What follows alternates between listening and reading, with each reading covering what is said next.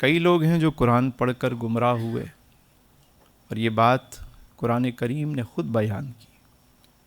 فرمایا یدل بہ کثیرا ویہدی بہ کثیرا۔ کئی لوگ ہیں جو قرآن پڑھ کے گمراہ ہو گئے، اور کئی ایسے ہیں کہ جنہیں اللہ نے ہدایت عطا فرمائی۔ تو ہدایت کسے ملی؟ جس دل میں اللہ اور اس کے رسول کی سچی محبت تھی، یا جو اسلام کی طرف پورے یقین سے آیا، اللہ نے اسے راہ دی۔ تو یہ جو سورہ مبارکہ ہے، یہ بڑی اہم اور بڑی حساس سورت ہے۔ فرمایا عبس و تولی، جبیں پر بل آیا اور رخ موڑ لیا۔ ان جاءہ الاعمی، اس لیے کہ ان کے پاس وہ نابینا حاضر ہوا۔ اس کا پس منظر جو مفسرین نے بیان کیا وہ یہ کہ صحابی رسول ہیں حضرت عبداللہ بن ام مکتوم، آنکھوں سے نابینا ہیں، نور بصارت تو نہیں ہے لیکن نور بصیرت تو ہے۔ بصارت کھو گئی لیکن بصیرت تو سلامت ہے۔ اب دیکھیے اس منظر کو تھوڑا سا جب تک ہم سمجھیں گے نہیں، اپنے ذہنوں میں اس کو لائیں گے نہیں، تو بات سمجھ میں نہیں آئے گی۔ آپ علیہ السلام کفار مکہ کو دعوت دے رہے، اور مکے کے کفار بھی کون سے ہیں؟ وہ جو ان کے سردار ہیں، ابو جہل ہے، عتبہ، شیبہ، امیہ بن خلف، اس طرح کے لوگ بیٹھے ہوئے۔ آپ علیہ السلام انہیں پورے انہماک سے، پوری توجہ سے، پورے اخلاص سے جو پیغام حق ہے وہ آپ سنا رہے۔ اتنے میں حضرت عبداللہ بن ام مکتوم آئے، تو انہوں نے آتے ہی کہا اے اللہ کے رسول، جو اللہ نے آپ کو علم عطا فرمایا اس میں سے کچھ خیرات مجھے بھی عطا فرما۔ کفار مکہ کو دعوت دے رہے تھے، تو اس میں کوئی ذاتی آپ کا مقصد تو نہیں تھا، اس میں تو ایمان لے کر آئیں گے تو اس سے ہوگا کیا؟ ان کی آخرت سنور جائے گی۔ عبداللہ بن ام مکتوم اس بات کو دیکھ نہیں پائے، انہوں نے دوبارہ یہی بات دہرائی کہ اے اللہ کے رسول، اے اللہ کے رسول، جو اللہ نے آپ کو علم عطا فرمایا اس میں سے مجھے بھی خیرات عطا فرمائیں، مجھے بھی سکھائیں۔ حضور کا ایک انداز تھا، کوئی بات آپ علیہ السلام کو ناگوار گزرتی تو سرکار اس وقت رخ انور دوسری طرف کر لیتے۔ یہ سرکار کا ایک انداز تھا، اور یہ انداز اپنے اصحاب کے لیے تھا، ان کی تربیت کے لیے تھا، کہ بجائے اس کے کہ حضور سمجھائیں، حضور کے اشارہ ابرو کو صحابہ دیکھتے تھے کہ مزاج یار پہ کوئی بات گرا گزری ہے۔ عشق کا ایک انداز ہوتا ہے، لیکن چونکہ وہ نابینا ہیں دیکھ نہیں پائے، لیکن رب تو دیکھ رہا ہے۔ اور یہاں ایک اور معاملہ بھی تھا جو بہت اہم تھا، اور وہ یہ کہ جو قریش مکہ بیٹھے ہوئے تھے سردار، حضور تو پوری توجہ سے انہیں دعوت دے رہے، لیکن وہ آپ علیہ السلام کی گفتگو میں کوئی دلچسپی، پورے کر و فر کے ساتھ، اپنی اکڑ کے ساتھ، بے توجہی سے حضور کی بات سن رہے ہیں۔ رب کو یہ بات بڑی ناگوار گزری، اور اللہ نے سرزنش فرمائی کفار مکہ کی۔ کس کی سرزنش فرمائی؟ کفار مکہ کی۔ اور دوسری طرف عبداللہ بن ام مکتوم ہیں، وہ تو نہیں دیکھ پا رہے، تو انہیں بھی تو بتانا تھا کہ محبوب ناراض ہوا ہے، انہیں بھی تو سمجھانا تھا۔ اور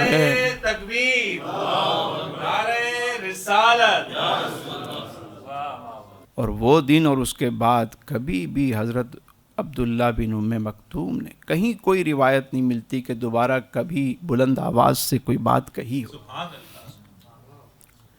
اللہ تو اپنے محبوب کے در کے آداب بھی غلاموں کو سکھاتا ہے۔ فرمایا جب میرے محبوب کی بارگاہ میں حاضر ہوا کرو تو اپنی آوازوں کو پست رکھا کرو۔ یا ایھا الذین آمنوا لا ترفعوا اصوات فوق صوت النبی، اے ایمان والو جب تم میرے محبوب کی بارگاہ میں حاضر ہوا کرو تو اپنی آوازوں کو نبی کی آواز سے پست رکھا کرو۔ جیسے آپس میں گفتگو کرتے ہوئے ایسے گفتگو نہ کیا کرو۔ اور ایک اور بھی انداز سکھایا کہ کبھی بھی میرے محبوب کی بارگاہ میں آؤ تو حجروں کے باہر سے آواز نہ دو، انتظار کرو کہ جب میرا محبوب باہر آئے تو پھر اپنی عرضی پیش کر دو۔ آداب کس نے سکھائے؟ اللہ نے سکھائے۔ اور یہاں ایک بڑی لطیف بات ہے، اور وہ یہ کہ صحابہ جب حضور کو دیکھتے کہ حضور نے رخ انور پھیر لیا تو ان پر تو قیامت ٹوٹ پڑتی تھی، تو ان کا تو سارا قرار ہی ختم ہو جاتا تھا کہ سرکار کا رخ پھیرنا۔ وہ تو دیکھ لیتے تھے، اپنی اصلاح کر لیتے تھے، اور یہاں تو حضور کا وہ غلام ہے جو دیکھ نہیں سکتا، تو اس غلام کی بھی رب نے خود طرفداری کی کہ اگر محبوب آپ نے رخ پھیر لیا تو یہ کہاں جائے گا، اس کا بنے گا کیا؟ کہ جس سے سرکار رخ پھیر لیں اس کا کیا بنے گا؟ حضور کا تو رخ انور وہ ہے کہ حضور اگر آسمان کی طرف رخ کرے تو رب فرماتا ہے قد نری تقلب وجهک فی السماء فلنولینک قبلۃ ترضاها، کہ حضور تو جدھر رخ کر دیں کعبہ ادھر بن جاتا ہے۔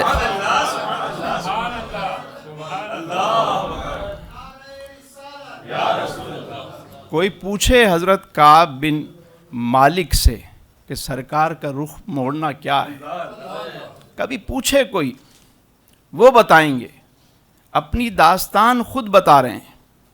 کون؟ جناب کعب بن مالک رضی اللہ تعالیٰ۔ جنگ تبوک میں نہ جا سکے تو سرکار نے پوچھا کیوں نہیں گئے، خود اپنی داستان بیان کر رہے ہیں۔ کہنے لگے کہ پہلے تو میں نے سوچا کہ لوگ بھی کافی جو منافقین تھے وہ نہیں گئے، آئے بہانے کیے، حضور نے ان سب کو کچھ نہیں کہا، حضور جانتے تھے کہ بہانہ کر رہے ہیں۔ کعب بن مالک کہتے ہیں کہ میں بھی حضور کی بارگاہ میں آیا تو ایک مرتبہ خیال آیا کہ میں بھی کوئی بہانہ کر دوں، پھر سوچا کہ کس سے بہانہ کروں، تو دلوں کی بات جانتے ہیں، بہانہ کروں، کہا حضور بس معاف کر دیں، غلطی ہو گئی۔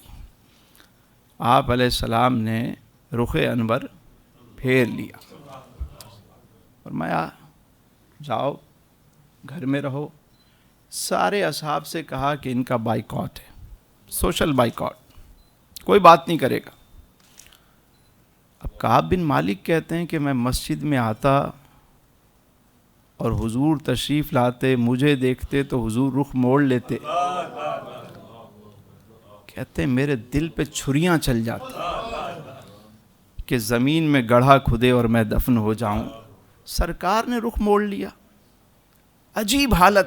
کعب بن مالک، اور صحابی بھی کون؟ ہر غزوے میں شامل رہے، حضور کے جان نثار وفادار۔ اور یہاں ایک بڑی بات بھی ہے، ایک ایسی بات ہے جو سمجھنے کی ہے کہ جب بھی سرکار کی بارگاہ میں جاؤ کوئی بہانہ نہ کرو، کوئی بہانہ نہ کرو، غلطی ہو جائے غلطی مان لو۔ اب غلطی مانی بھی، باقیوں کو تو سرکار نے کچھ نہیں کہا کعب بن مالک کو، جنہوں نے غلطی بھی ایکسیپٹ کی، اس کو چھٹی نہ ملی جس نے اب کعب بن مالک کہتے ہیں کہ میں آتا مسجد میں تو حضور مجھے دیکھ کر رخ دوسری طرف کر لیتے، اب میں جب نیچے دیکھتا تو حضور مجھے دیکھ لیتے۔ صحابہ بتاتے ابھی ابھی دیکھا ہے، میں دیکھتا تو حضور رخ دوسری طرف کر لیتے۔ میں ویکھاں تے میرا یار نہ ویکھے، جے میں نہ ویکھاں تا او ویکھے، یار فریدا چلو دے در تے مریے، بھاویں ویکھے یا نہ ویکھے،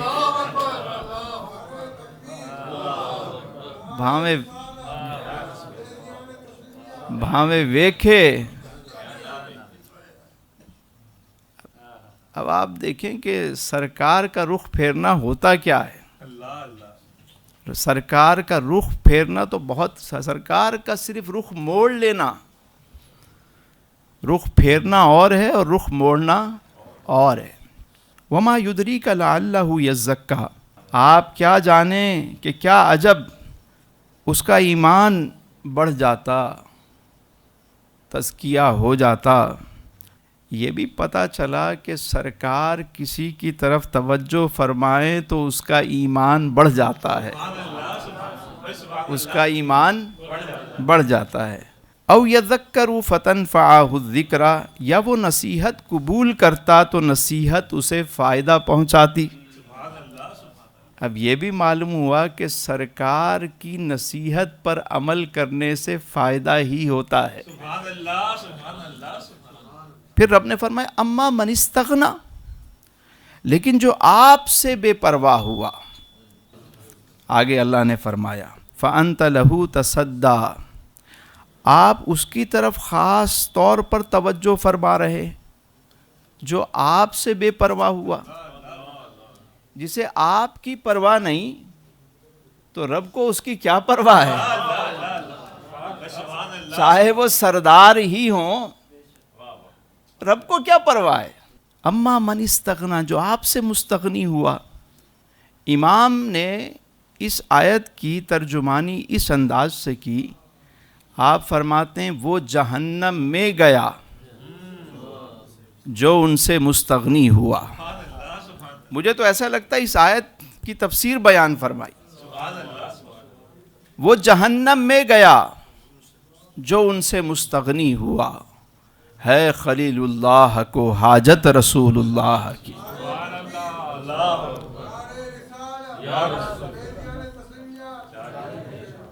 اللہ نے سرزنش کی، کس کی؟ کس کی سرزنش کی؟ کفار مکہ کی۔ ورنہ ایک بات میں آپ کو بتاؤں، یہ ایمانیات کی بات ہے، یہی صورت مومن بھی بناتی ہے، اور اسی صورت کو پڑھ کے کئی منافق بھی بنے، کیونکہ دل میں حضور کی محبت نہیں تھی۔ اور یہ بات میں نہیں کہہ رہا، سیدنا فاروق اعظم رضی اللہ تعالیٰ عنہ جیسے عاشق رسول، آپ کے دور خلافت میں ایک امام تھا، لوگوں کو نماز پڑھا رہا ہے، قرات بھی بہت اچھی، اور ہر روز سورہ عبس کی تلاوت کر رہا ہے۔ اب نمازیوں کو تشویش ہوئی، نمازی بھی تو عاشق رسول تھے، سبحان اللہ سبحان اللہ سبحان اللہ۔ پوچھا بھائی اور قرآن آتا ہے؟ کہا جی ہاں آتا ہے۔ کیوں نہیں پڑھتے؟ یہی سورت کیوں پڑھتے ہو؟ پہلے پوچھا کہ اس سورت کو سمجھ بھی پایا ہے یا نہیں؟ کہنے لگا اللہ نے اس سورت میں اپنے نبی کی سرزنش کی، استغفر اللہ ربی من کل ذنب واتوب الیہ۔ جب نابینا آیا ان کی بارگاہ میں تو اللہ نے تو سرزنش کی، تو مجھے چس آتی ہے، مزہ آتا ہے پڑھ کے، لا حول ولا قوت الا باللہ العلی۔ لوگوں نے جا کے خلیفۃ المسلمین کو بتایا کہ حضرت ایک امام ہے، ایسا ایسا معاملہ ہے، میں لے آؤ۔ اب دیکھیں یہاں ایک باریک بات بھی ہے جو سمجھنے کی ہے کہ کبھی کوئی ایسا مسئلہ ہو مذہبی تو فیصلہ خود نہیں کرنا، امیر المومنین کون ہیں؟ مسلمانوں کے خلیفہ ہیں، ریاست کی طرف بھیجا کہ فیصلہ وہ کرے. جا کر شکایت کی کہ ایک ہمارا امام ہے. تو آپ نے فرمایا لے آؤ. ہاں جی مولوی صاحب کیا ہوا؟ کوئی اور صورت نہیں آتی؟ آتی ہے، پورا قرآن آتا ہے. یہی صورت کیوں پڑھتے ہو ہر نماز میں؟ مزہ آتا ہے. اچھا جی مزہ کیوں آتا ہے؟ اب دیکھیں ایسا نہیں کہ کسی نے کہہ دیا اور بات، پہلے پوچھو کہ مزہ کیوں آتا ہے. ہم سے کوئی پوچھے بھائی اس صورت کو پڑھ کے مزہ کیوں آ رہا ہے، ہم کہیں گے یہ تو پوری حضور کی نعت ہے.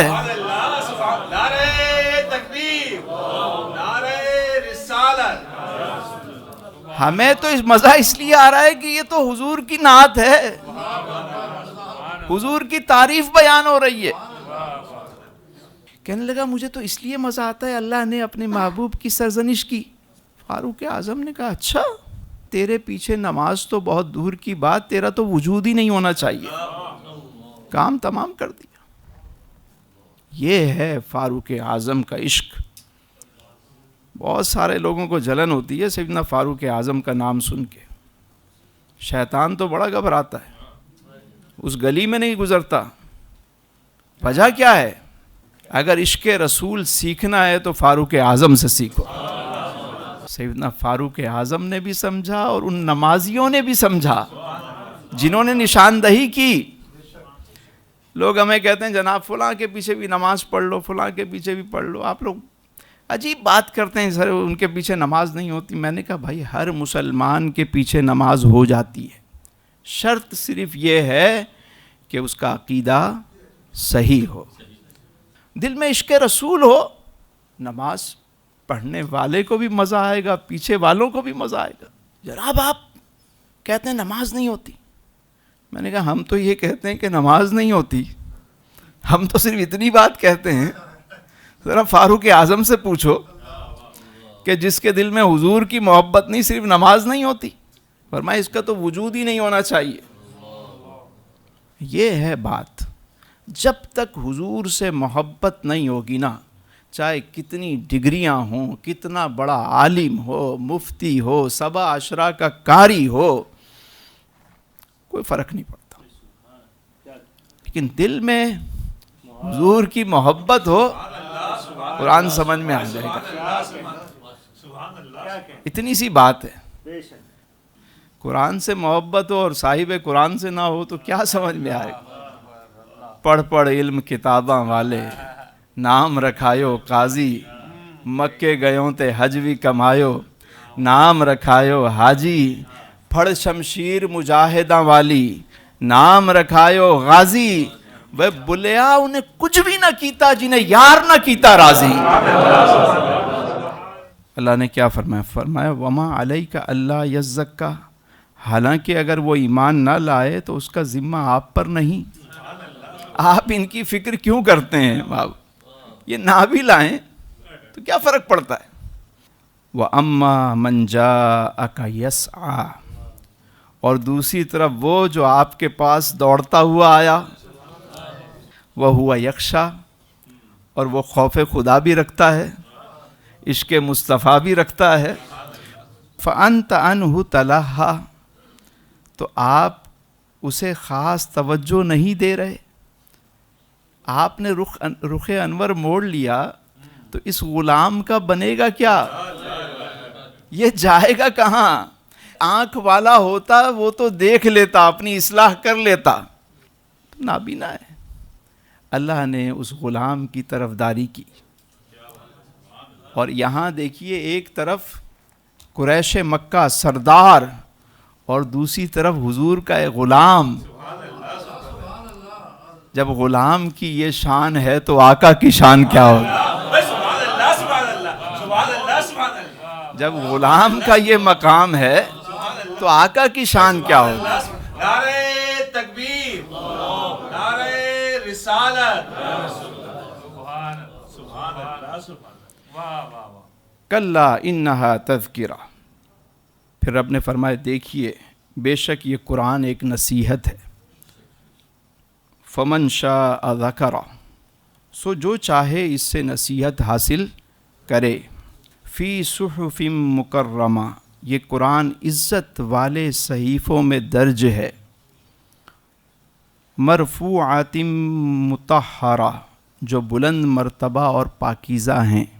قرآن پاکیزہ، رب ہمارا پاک، رسول اس کے پاک، قرآن ہمارا، تو کوئی ناپاک شخص پڑھے، خیال بھی جس کا ناپاک ہو، کو پاک صاف ہو کر محبت رسول کی شمع جلا کر پڑھیں، پھر آپ برکتیں دیکھیں اس کی۔ بِأَيْدِي سَفَرَةٍ، یہ ان لکھنے والے فرشتوں کے ہاتھوں میں ہے، کرام بررہ، جو نہایت معزز اور وفادار ہیں۔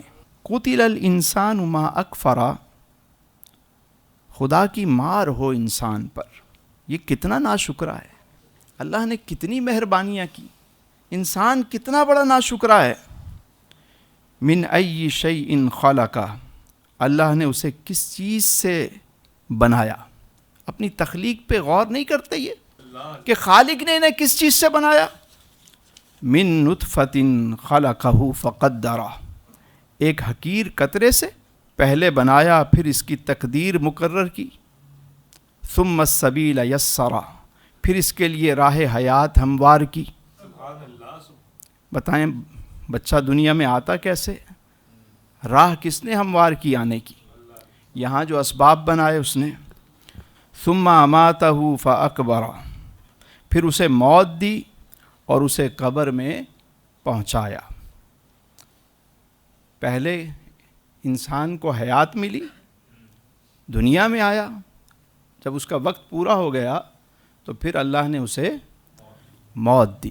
اور یہ موت مومنوں کے لیے تو موت تحفہ ہے، لیکن عام لوگوں کے لیے بھی جو مومن نہیں ہیں ان کے لیے بھی بہت بڑا انعام ہے رب کا، موت کا آنا۔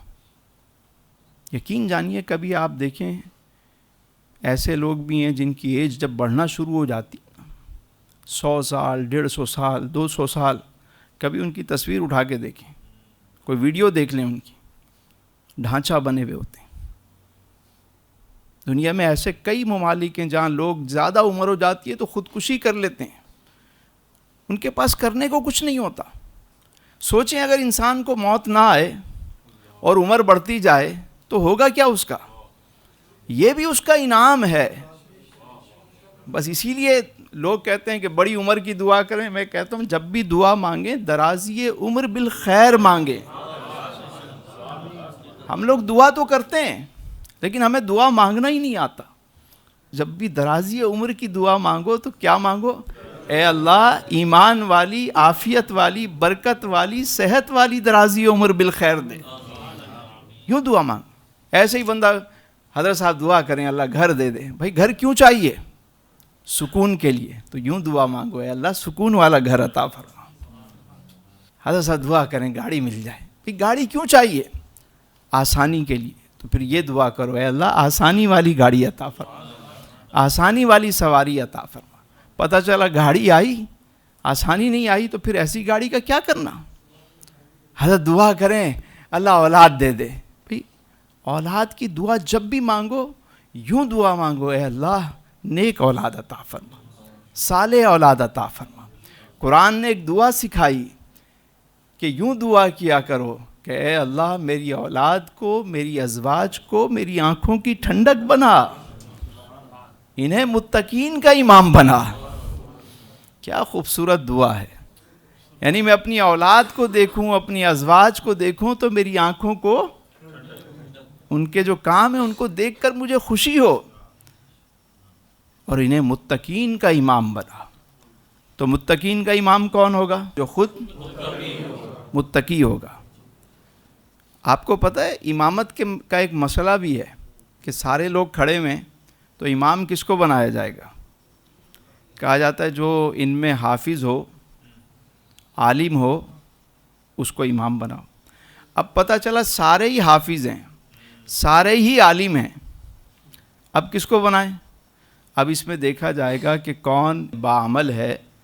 پتہ چلا سارے ہی تقوی والے ہیں، تو پھر یہ دیکھا جائے گا کہ عمر میں سب سے بزرگ کون ہے، تو متقین کا امام کون بنے گا، جس کی عمر بھی دراز ہوگی اور نیکوکار بھی ہوگا. دعا تو دیکھیں, اے اللہ میری اولاد کو, میری ازواج کو میری آنکھوں کی ٹھنڈک بنا اور انہیں متقین کا امام بنا. تو دعا مانگنے کا بھی طریقہ آنا چاہیے. فرمایا ثم اماتہ فاقبرہ, پھر اسے موت دی اور اسے قبر میں پہنچایا. ہر بندے کی قبر جہاں اس کا انتقال ہو جائے, کوئی دریا میں ڈوب گیا اور نہیں ملا تو اس کی قبر وہیں پر ہے.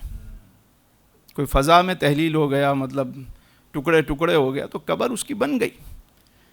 یا کوئی جلا دیتا ہے, کوئی کچھ کر دیتا ہے, چونکہ عالم برزخ ہے تو ہوتا ہے. لیکن اسلام نے جو طریقہ سکھایا, کچھ لوگ جلا دیتے ہیں, کچھ لٹکا دیتے ہیں, ایسی جگہ ڈال دیتے ہیں جانور کھا جائیں, پرندے کھا جائیں. لیکن اسلام نے کہا کہ کسی کا انتقال ہو جائے, چونکہ وہ مٹی سے بنا ہے, تو اس کو غسل دو, اس کو نیا کپڑا پہناؤ اور پورے اکرام کے ساتھ اس کو دفن کرو. ایسے نہیں کندھوں پر لے کر جاؤ, اس کو کندھوں پر لے کر جاتے. یہ اس انسان کو جو کی تکریم ہے, اس میں رسپیکٹ ہے, اعزاز ہے اس میں, جو اسلام سکھاتا ہے. ثم اماتہ فاقبرہ ثم اذا شاء انشرہ, پھر جب اللہ چاہے گا اسے دوبارہ زندہ کر کے اٹھائے گا. پہلے ہم دفناتے ہیں, پھر وہ جب چاہے گا دوبارہ زندہ کر دے گا. کلا لما یقضی ما امرہ, نہیں اس نے ابھی تک حکم پورا نہیں کیا. کس کا حکم پورا نہیں کیا؟ اللہ کا اور اس کے نہیں مانا. یہ انسان ناشکرا ہے. پھر فرمایا فَلْيَنْظُرِ الْإِنسَانُ إِلَىٰ طَعَامِهِ. اب دیکھیں اگلی بات ہو رہی ہے. یہاں سے ایک اس کو ذرا ویژولائز کریں, ذرا دیکھیں اس منظر, کیسی منظر کشی کی گئی. اللہ نے فرمایا فَلْيَنْظُرِ الْإِنسَانُ إِلَىٰ طَعَامِهِ. تمہیں پیدا کس نے کیا ہے, تمہارے لیے انتظام کس نے کیا, پھر بھی بات سمجھ میں نہیں آتی. فرمایا فَلْيَنْظُرِ الْإِنسَانُ إِلَىٰ طَعَامِهِ. بس انسان کو چاہیے کہ اپنے کھانے پر غور کرے. اپنے طعام تو سمجھتے ہیں نا, اس پہ آواز نکلی ہے ویسے. انا صببنا الماء صبا, کہ بے شک ہم نے خوب موسلا دھار پانی برسایا. سورج کی روشنی پڑتی ہے سمندر پہ, بھاپ اڑتا ہے, اس سے بادل بنتے ہیں, پانی کو لے کر وہ ٹریول کرتے ہیں.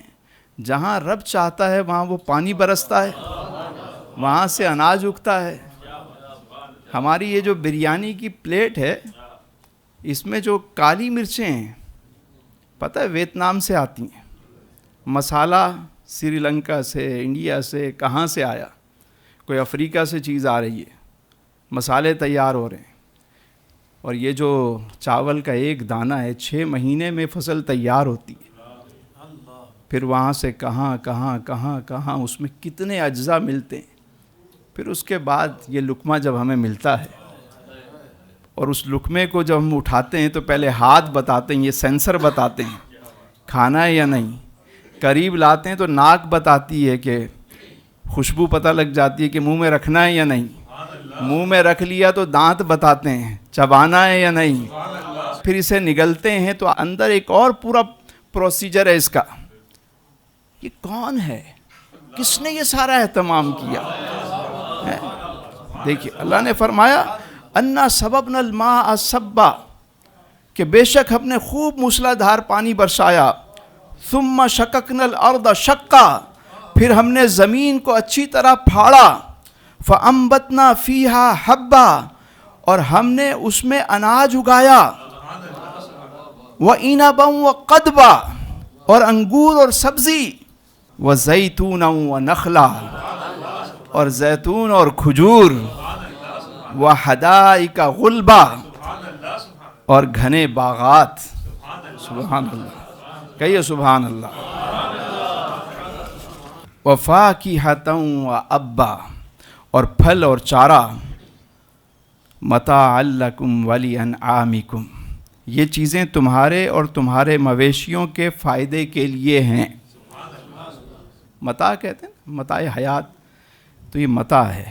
اب یہ ساری انعامات گنوا کر اللہ نے فرمایا فَإِذَا جَاءَتِ الصَّاخَّةُ، اللہ اکبر، پھر جب کان پھاڑ دینے والی آواز آئے گی، اب قیامت کا منظر بیان ہو رہا ہے۔ یوم یفر المرء من اخیہ، اس دن آدمی بھاگے گا اپنے بھائی سے، وَأُمِّهِ وَأَبِيهِ، اور اپنی ماں اور اپنے باپ سے، وَصَاحِبَتِهِ وَبَنِيهِ، اور اپنی بیوی اور اپنے بیٹوں سے۔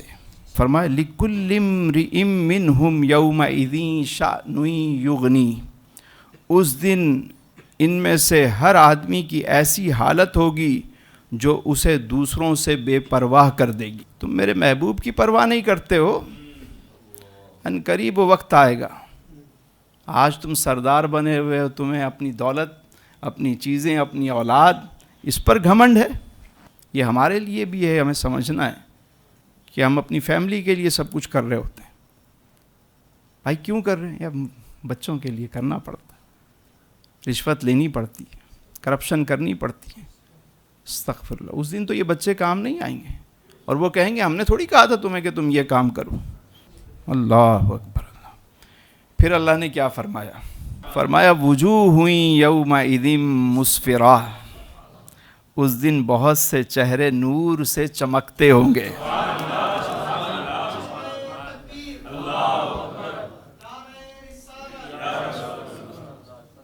سارے تھوڑی اس دن پریشان ہوں گے، جو میرے محبوب کے غلام ہوں گے ان کے تو چہرے بھی چمک رہے ہوں گے۔ اس دن بہت سے چہرے نور سے چمکتے ہوں گے۔ کیوں؟ کیونکہ وہ نور والے کو مانتے ہیں، وہ تو نور والے کی مانتے ہیں، وہ تو کہتے ہیں کہ نور والا آیا ہے، نور لے کر آیا ہے سارے عالم میں، یہ دیکھو۔ سبحان اللہ، سبحان اللہ۔ ضاحکۃ مستبشرہ، ہنستے مسکراتے خوشیاں مناتے، ہنستے مسکراتے، ہر نظر کانپ اٹھے گی محشر کے دن، خوف سے ہر کلیجہ دہل جائے گا، مسکراتے ہوئے سرکار آ جائیں گے، حشر کا سارا نقشہ بدل جائے گا۔